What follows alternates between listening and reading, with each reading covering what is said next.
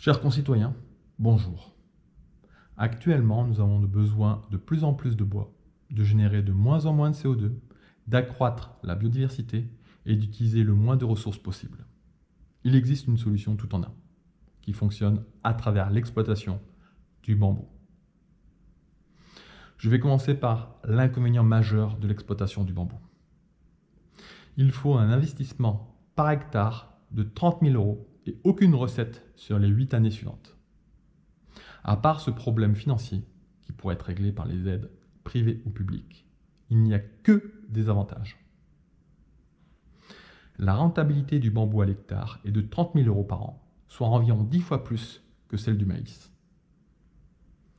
L'entretien coûte environ 3 000 € par an. Il est nécessaire de faire un fossé autour de l'exploitation afin de contrôler l'expansion des rhizomes en coupant tout ce qui dépasse de ce fossé.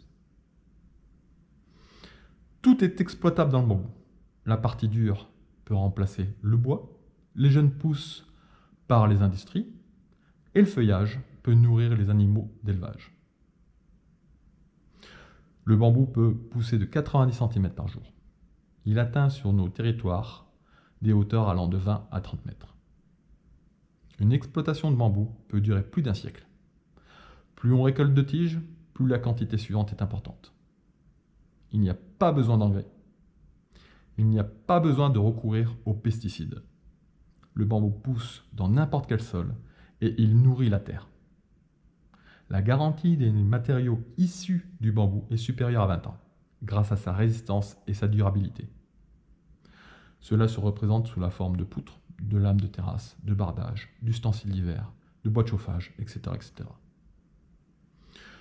Le bambou capte plus de CO2 que l'exploitation n'en produit.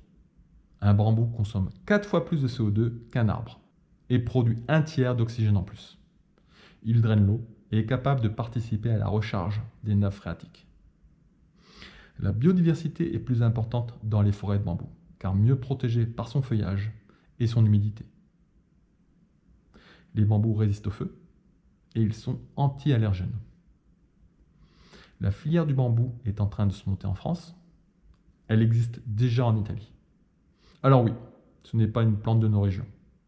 Mais avec tous les végétaux qui sont en train de péricliter à cause du changement climatique, ne pouvons-nous pas nous adapter à la situation et aller de l'avant?